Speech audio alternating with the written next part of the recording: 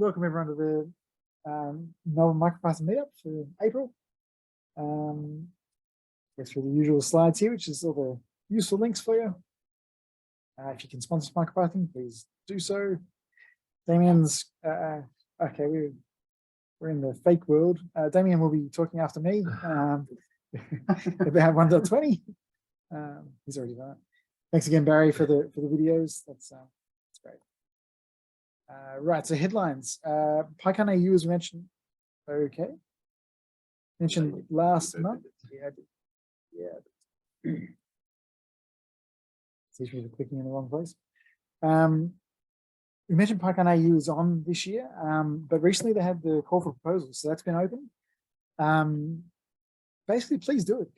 Go give a talk at PyCon. It's really, if you haven't given a talk before at one of the PyCons, it's a really friendly environment to do so, especially for a first talk. They've got really good support for people who are giving talks, and we'd love to have MicroPython talks, but I'd encourage you to give any sort of talk. It can be a bit daunting to do so, but I definitely recommend it. I've got one in mind that I'll probably try and submit and see if it gets accepted. This year there's 4 tracks that I don't quite understand them all. There's, in particular, there's Our Connected Universe. That's not exactly clear to me what that is, but maybe that covers IoT stuff. I'm not sure. Yeah. But in any case, you can also apply for the main track as well. So the way it works is they have 1 day for the specialist tracks, and then is it 2 days for the main talks? Maybe it's 1 day. Yeah, maybe one day actually. Yeah, right. And this year they're trialing out a PyCon fair, which they are reserving the right to cancel, but it looks like a more collaborative sort of thing, like a table and have people interact with stuff. It seems like so. Maybe check that out as well. And yeah, if you'd like to give a talk, you're not sure what to talk about, I've got plenty of ideas. Come talk to me if you'd like that. Yeah. Anything you would like to see from talk done?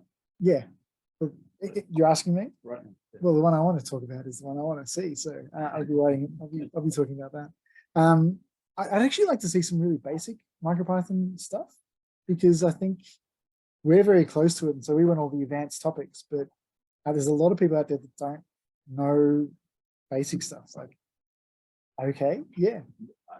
Who knows lifecycle stuff? I do frivolous things. Right. So Barry's holding up a hat with an LCD display in one of the glasses. That's. When Barry, yeah, feel free. Or where is?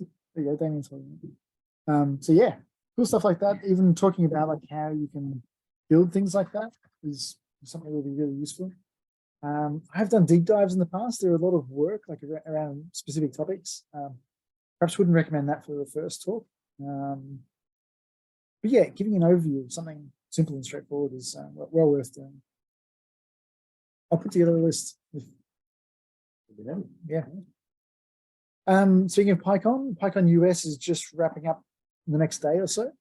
There's some really interesting looking talks that I'm looking forward to seeing. The videos haven't been released yet, but there's a couple in particular that touch on MicroPython. Build yourself a PyScript is from the PyScript folks, Entol in particular. And there's another one about creating interactive games using microbit. So they look really interesting. I'll provide links for them next month. Thank you for reminding me that I should have had a slide in here for Google Season of Docs, Damien. We were accepted, which is okay. So Google Season of Docs, we've done this in previous years. It's where Google put forward some money and some infrastructure in terms of allowing open source projects to apply to be part of the GSOD program. And then they match them up with tech writers. And so they'll pay stipends for the tech writers to work on the open source projects. So there was 13 projects, 13 organizations they called that were accepted this year, which we were fortunate enough to be one of them again. It's our 3rd time through. Yeah. And we always had some good value out of it. Yeah, same thing. Counting with the fingers. We had a bunch of people apply, even though we hadn't really advertised it much, because pretty early in the process, Jim had decided to apply, so we thought we'd best not advertise until he decided if he was going to do it or not. Because Jim, I'm sorry for the other tech writers out there, but Jim's kind of a shoo-in. He's had obviously a ton of contributions in the software side, but he's also done a lot of documentation as well. So it's really hard to fault his credentials. So Jim is our tech writer as part of the GSOD process. And really, yeah, it's an excellent fit. And we're looking forward to seeing what he can actually put together on that. It's great. The HyperX, I only mentioned this because the last couple of months we've been playing with Lego. I didn't bring it tonight. I just didn't have time to get it all together. But can we make it stand? We did. There are videos in the Discord channel, so you can go check them out. This thing actually worked and it came together really, really nicely. It has been a quiet month for hardware for me. I've intentionally tried to wind back buying all the new bits and pieces because I've got far too many of them. I need to catch up to at least justify to myself that, yeah, there's some, I can do some stuff. But I did get one of these boards, which is the L1 Space ESP32C6, which we were talking about before the recording started. It's one of the first of the C6 boards that I've been able to get my hands on. The C6 is just, it's interesting, especially for bringing out a whole range of products. And this is one that fits somewhere in the middle of the range, I suppose. It's a RISC-V core. It's sort of got a reasonable amount of everything that's not outstanding in any regard. I think it's one of their first that has thread and matter support, but I could be wrong there. And it's also got BLE5 support. So long range, 6. high throughput. Wi-Fi 6 has got. So yeah, this little board by O1 Space, which is great. They just arrived today, so it was just slipped in time to make it for the month. So we're going to try and get that working with MicroPython. So I guess this one's wins some sort of an award for the most oddball board that I've seen come out of the seed folks. Really interesting. It's a sense cap indicator, so it's a 4-inch touchscreen. It's driven by an ESP32S3. But there's also an RP2040 buried in there as well. And it's a 480 by 480 display, which is touch enabled. You can optionally get it with LoRa and with air monitoring sensors. So yeah, CO2, temp, humidity, all that usual stuff. And they're pretty darn affordable, like 50 US to 90 US for the one with all the bells and whistles. It's got a Grove port on the side, so it's a little bit extensible. I think Seed are looking to fit this into their CapSense range, I think it is, which they have a whole bunch of weather monitoring devices, all the way to like professional end stuff, which are worth a few $1,000s. But yeah, MicroPython will run quite happy on this device. I've included a schematic there. It's a bit hard to see, I'm sure, but it's kind of interesting to see how the two chips interact with the various bits and pieces. So the RP2040 is connected to the Grove and to the air monitoring sensors, but the ESP32 seems like it's the main device that drives the display. And they've also used some of the pins out of the USB port, USB Type-C port. They've used some of the pins to expand the device. Got a USB hub. Yeah, because there's, yeah. It's an interesting arrangement of hardware. Yeah, I haven't figured out exactly how to use it yet, but it's compelling in some fashion. Haven't ordered one yet, but yeah, I'm tempted. There's an article on Hackster.io about getting MicroPython running on the Infineon PSOC, which I hadn't really known much. I've sort of been vaguely aware of the Infineon range, but I think this was bought from Cypress, came out of that acquisition. Yeah. But the cool thing is that this article links to a repository that it looks like it's contributed to from Infineon folks that has a custom MicroPython port, which seems to have quite a bit in it, like at least PIN, RTC, R2C, all that stuff that I've listed there. And it seems active. Like there's a number of developers that are contributing, and there's a couple hundred commits. And so the article actually goes all the way through deploying to this device and running on it. So I thought that was interesting.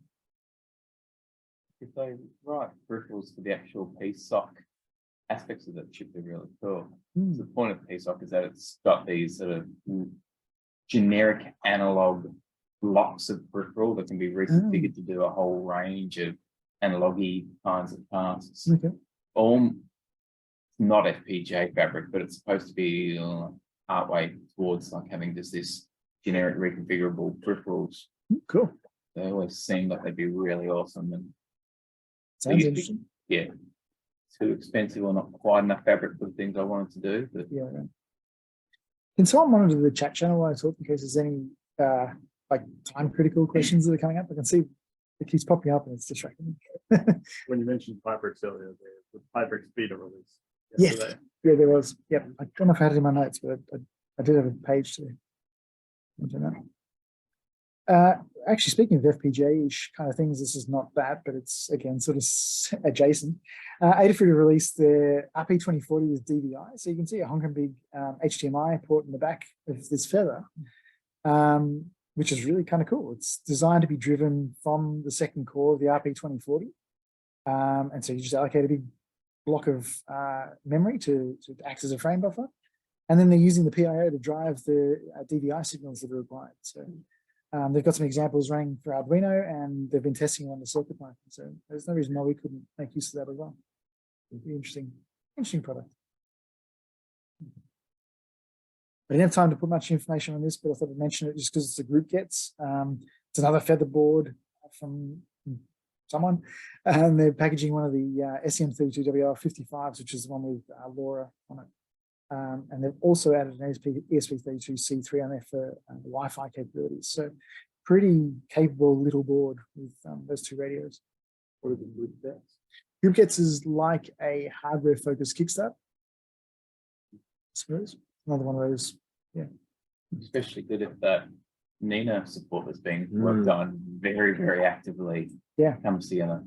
yeah. We got Robert online. You can ask him about Yeah, afterwards. But then this would be working on Nina that. with STM. Yeah, That's Probably shouldn't be too hard to add on to what we're doing at least.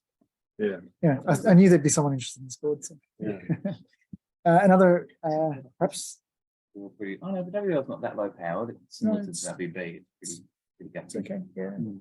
Another Rebel one that again I didn't have much time to write up about this one, but thought worth mentioning. LilyGo have released the TFPGA, and the two combinations of devices. People seem to be doing, mixing two blobs of hardware. It seems to be the theme of the month. But an S3 R8, which is a fairly grunty S3 or an SP32 rather, and yeah, combining it with an FPGA on this board with an M2 connector. So they also have like a development board where you can plug this thing in and it breaks out a whole bunch of pins. It's not a particularly powerful FPGA. 4,000 nuts is still useful. You get a soft core in that. So yeah, I thought it was interesting. What's that edge It's the M2 connector I'm referring to. They actually produce like a board that you can plug it in and break out stuff. With like in CIE to slot in a computer? Don't think it's designed to. I think it's literally just. I'm not sure yet. Yeah. I think it looked like it was just a breakout pin. Sort of. Plug it in, see what happens. Yeah. Why don't I plug it in and report back? That'd be great. Illumination Labs Sonatinos. This is a ESP32 again, an S3 audio board. So just basically imagine an ESP32 S3 with audio stuff on it. So ADCs and DACs to do 192 kilohertz 24-bit audio in and out, mono in, stereo out. But it's got all the stuff you would expect from something that's focused on audio, like speaker amps and preamps, and the gains on those are both configurable, which is kind of nice. It's pretty neat. That Raspberry Pi form factor compatible? Mostly so they can use the cases, is from what I can tell. Yeah. No, it's still the same thing. Yep. So he said he did it so he could use one of the cases. I wasn't sure if there was any more to it than that, but apparently not. The author sort of admits that it's not the cheapest board at the moment, and he's got a little bit of flack for that, but it's mostly because he's doing this as a hobby project, and now there was a lot more interest, and so perhaps we'll see that price go down. I mentioned the PocketStar Miniatures last month, just sort of worth mentioning that they're already funded. Yesterday, they're a bit above 90K from their 8K goal. So they're doing all right. Few little devices like that will always do pretty well. Still a few days left on that.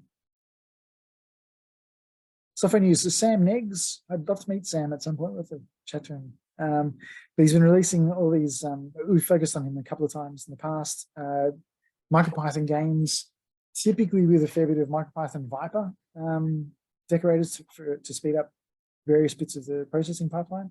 He's basically using RP2040 with a wave share display on it.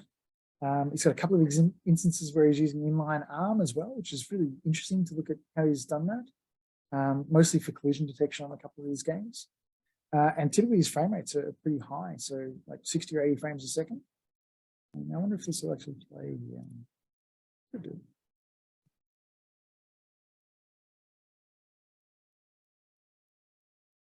Got no noise, but that's interesting. But okay, this one. Hill Climb Racer.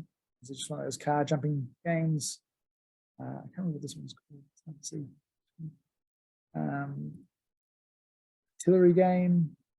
And I like the Missile Command one. It's really cool. But these are all, yeah, running MicroPython, typically fairly small amounts of MicroPython. Typically, I think the shortest one's about 350 lines of code. Longest one's 750. So pretty compelling for what would probably be like a weekend kind of project. Yeah, I thought it was neat. Pretty cool. And it's pretty responsive. Anyway, I was going to focus on Simon Prickett. Simon, if you see this, I'm sorry, I might cover some more of your projects later, but he's been quite prolific about churning stuff out. This is one example. I've got another one a bit later on, but this is built around the Primarony Galactic Unicorn and the touch ball. And so it's basically got like a little Etch-a-Sketch, so you can roll the touchpad around and draw the lines, and you can click it to change the color. And I thought it was pretty cute. But Simon's been doing some interesting work. We'll have a look at some of his work next month. There was an official Amazon article about connecting MicroPython to the AWS IoT core. And they've got like a small repository that sort of handles the certificate stuff that you need to worry about. Really thorough document that has lots of screenshots, makes it really clear on how to do. So unfortunately it uses AMPI, but it's some feedback we can give them perhaps. But yeah, if you want to hook into the Amazon world, it's a good way to do so. It uses MicroPython. Do they have their own like libraries they wrote to AWS? It's stock MicroPython. They use MicroPython 19.1. They only have a small amount of code, which they use MQTT for connection, but you've got to do it over a authenticated link. Yeah. Okay. And so that authentication, they provide the code that allows that to happen. I'm pretty sure they're not writing any like low-level code. It's all just it's not an overly difficult thing. It's mostly like quite finicky. It wants you to be quite specific, and MicroPython unfortunately is not very helpful at telling you what's wrong and get it right. So having a guide to do this is very helpful. Raph and I were trying to do this not that long ago, and Raph managed to get it together in the end, but not through much head banging against it, without much of banging against the desk. So having a documentation for that would be very handy. It was really clearly written. I was impressed. Yeah. Watches also seem to be a flavor of the month. I'm not sure if you're still here. Had to go? Yeah. No drama. But Piers and Jeff, who have both been active in the Discord channel, have been showing off their watches. Jeff's been using it's Jeff Murr and Piers Story. Jeff's been using the TT Go watch, which we've got one here we can have a look at later. Piers has used the Colmy PA, which is it's an NRF powered one from memory. One of these that are quite cheap on AliExpress. Piers has been focusing on Wasp OS. I'm not sure what Jeff's been doing, but yeah, both of them have been comparing notes. Piers also is a rock climber, so for those of us here that are interested in rock climbing, he's got a couple of apps that he's developed to go in Wasp OS that does tracking of his climbing. He'll be giving a talk on that at the next Oxford Python meetup, but it is a little early in the morning for us here. Maybe we'll watch the recording. It's also worth mentioning that Alistair Allen from Raspberry Pi also bought one of these Tindy RP2040 powered watches and has been working with that as well. So yeah, watches are all the rage in the last month. OpenMV, we mentioned them last month. They've got the new process that they're integrating into their new fancy camera board. But they've been doing fortnightly news updates, and they're trying to stick to that.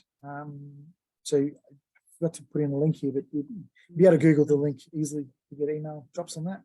But they've got a whole bunch of shields they're releasing for their boards. And they talk about some of that. Yeah, they're just SCM. Yeah. Once you can open, that'll be really handy for me. Anyway, Kevin McAleer.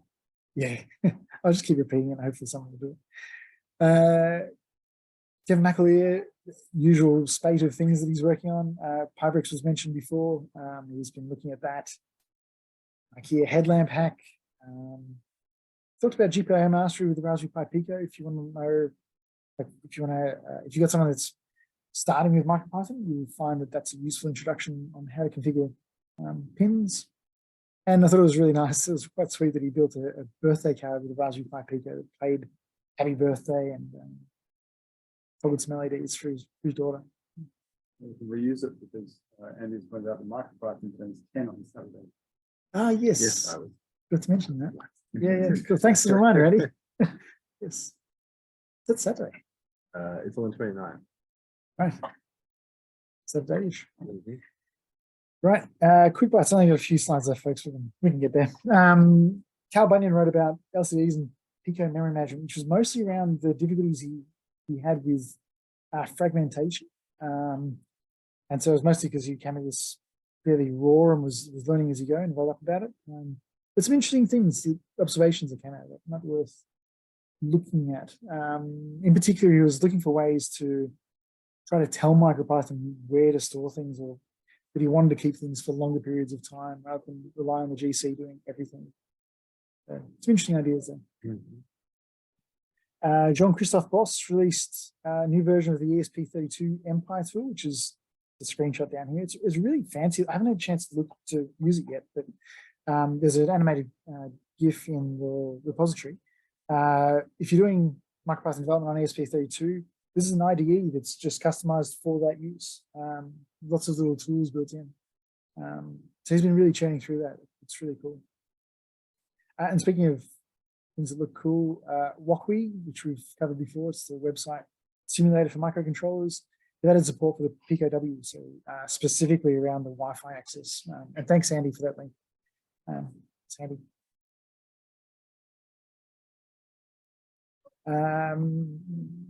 Sorry, Martin Hamilton. I was sure I wasn't Marin. Martin Hamilton built a Weathertron out of one of the inky frames from Pomerani. And it has like a rolling 2-hour weather forecast displayed on it, which is pretty cool. And I remember we were talking MicroPython and Docker. You applied for the Docker. It was the open source account. What was it called? Yes. Open source account. Yeah. Yeah. Anyway, it means that we, I think, not have limitless downloads, but we shouldn't have problems with people needing to download the Docker images that we've tentatively started to support. Yep. And Scott Monahan built this really cool robot and controlled it with a Raspberry Pi Pico, a real ghetto kind of setup. It warmed my heart. It was nice. But it was a really impressive looking robot and he was driving it around. There's a really good bit of thread on that. Please go check it out. It's really cool. I think that's about all I had. A couple of final thoughts. Another Simon Prickett project, which was the Flappy Bird. Hang on a second. You can't do the sound effects. This is a flip display. So like you would get in a on the front of it. I think you found it from the front of a bus. Yeah, that's right. But you can sort of see that the counter counts each time it passes through one of the gates. It wasn't working very thoroughly at this point, but still pretty impressive. And the sound is delicious. It's that clickety-clackety sound. It's amazing. I wish they displayed to people. Yeah. There's a really expensive one that you can get for like that's new that you can buy for $400. Good feedback from the Open Muscle folks. I can't remember this challenge name, but I was just thrilled by how much MicroPython rocks, which is really good to hear. That's good feedback. We will cover Open Muscle a little bit more another time. It's an interesting project that's looking at reading, detecting when muscles are moving. It's designed for building devices to help people with disabilities. And I've clicked on something again. Sorry. And the final thing, I did find like a little MicroPython online. I thought it was worthwhile. Is it real? I'm not sure if it's an actual Python, but I believe it's a real snake. Yeah. And that is all I got for you. Thank you, folks, for listening. It might be a huge hand. That's possible. Yes.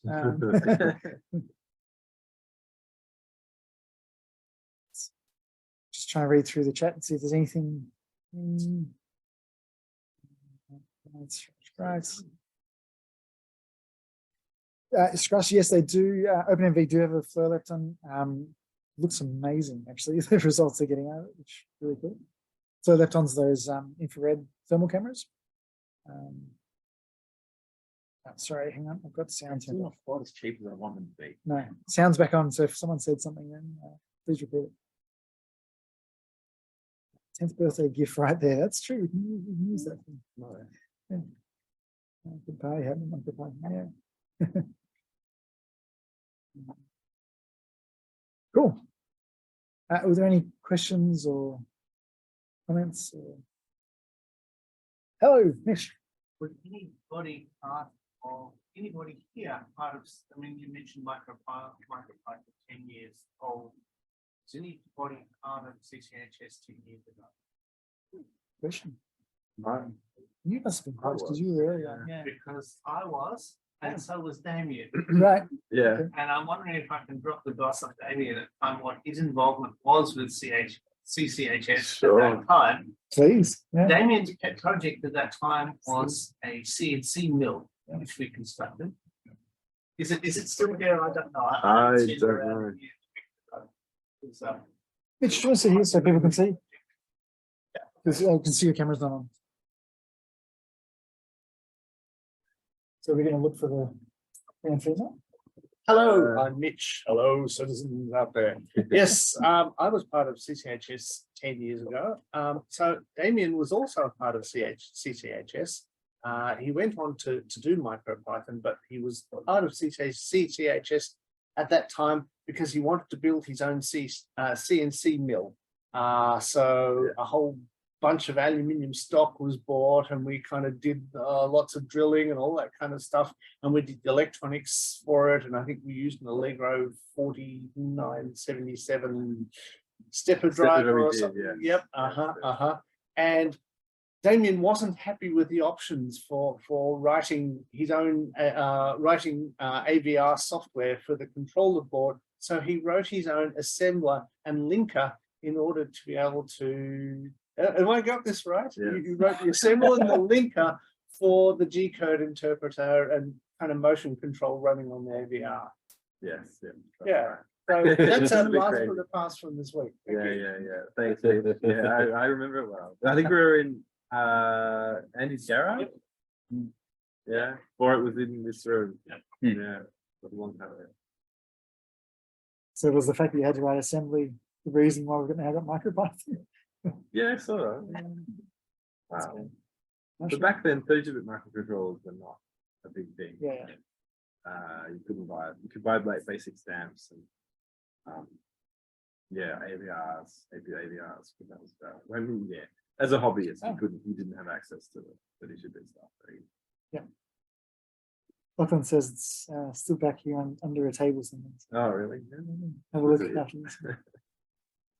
Yeah, the other thing, the mini mill did actually, if you look over near the laser, there's like a mirror where somebody's actually etched out a gun crosshair kind of thing. And I'm pretty sure that was done with the mini mill. So never let it be said that useful stuff doesn't get generated through it. So. Great.